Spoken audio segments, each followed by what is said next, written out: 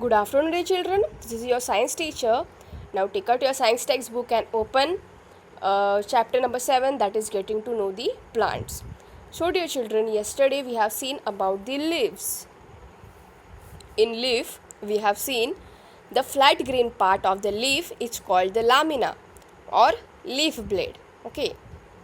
Then lamina is attached to the stem by a narrow, short stalk. Okay, it is not stalk, it is actually a stalk. Okay, called the petiole. Okay, then structure of leaf.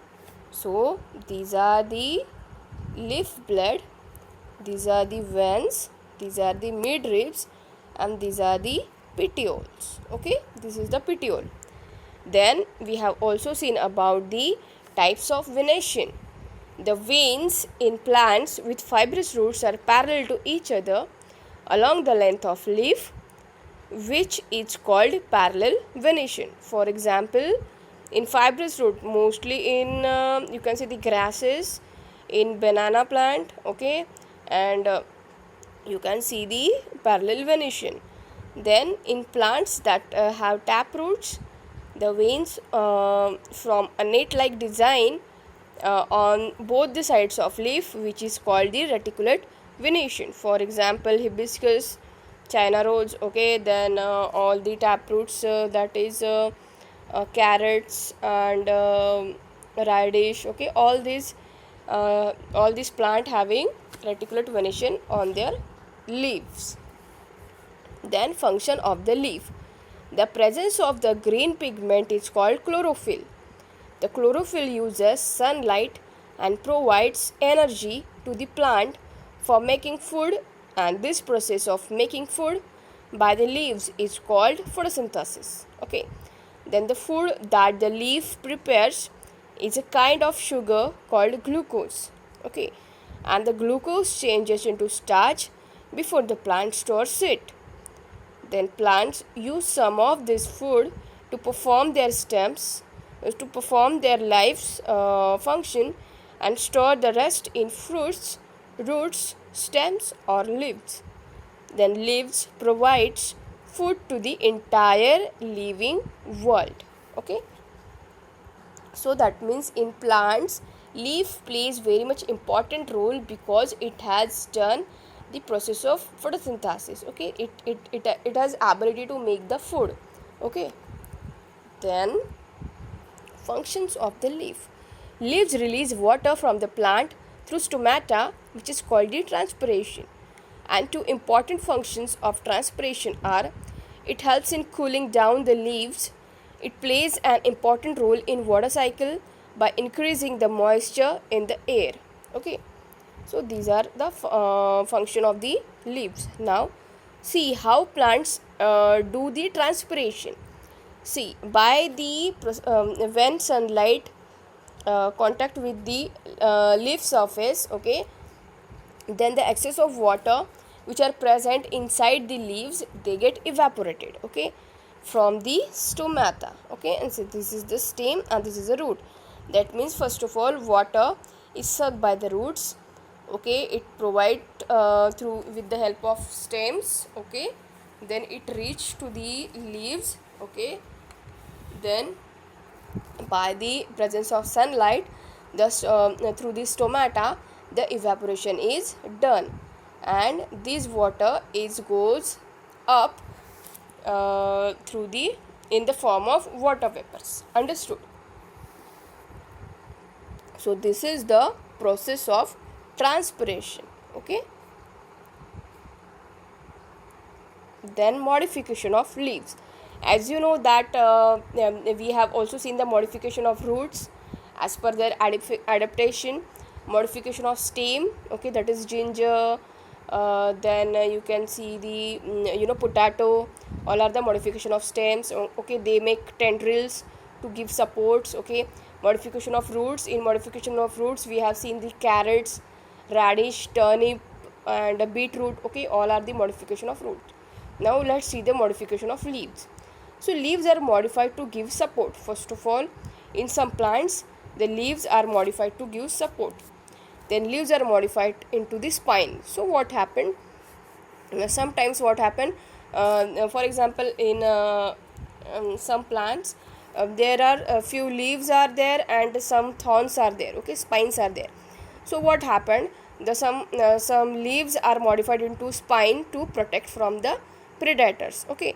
So these all are the examples of the modification of the leaves. For the gloriosa with leaf tendrils, okay, here you can see the leaf which is having the tendrils, okay, that is sharp edges. Then a cactus with spine, okay, in cactus plant the leaves modified into the spines, okay. Then now let's see the structure of flower. So structure of flower, a flower has a stalk called pedicel, okay. It is, first of all, it has a stalk, that means stalk means this, it's called the pedicel, on which the flower is attached. Then outermost whole of green leaf like structure is called the sepals. These are the green, okay, this green structure is called the sepals, okay. Then next to the sepals there are petals, okay. Here you can see the petals, colorful petals, and this green structure is known as the sepals, and this is known as the pedicel, okay. Then in the center of the flower rises a flask-shaped structure called the pistil. This is the flask-shaped structure. You can see like this, a flask-shaped structure in plant, okay. So these are the what is the name of that structure, okay. So these are nothing but the this is known as the pistil, okay. Now its base is called as the ovary. Here the ovary is situated here, okay. Now the short tube like upper part is the style and above is the stigma. Here it is the style, okay. This is the ovary, this is the stigma, okay. So in this type the flower structure is distributed, okay. That means what we have seen in structure of flowers we have seen that it has a pedicel, then it has a green structure that is known as the sepals, then a colorful petals are there, okay. Then we have this flask like structure, that means like this, okay. So here the ovary is situated, okay, where the fruits can grow. This is the ovary. What is this? This is the ovary, and this is the pistil. Sorry, this is the ovary, and this upper portion is known as the style, and this is known as the stigma, okay.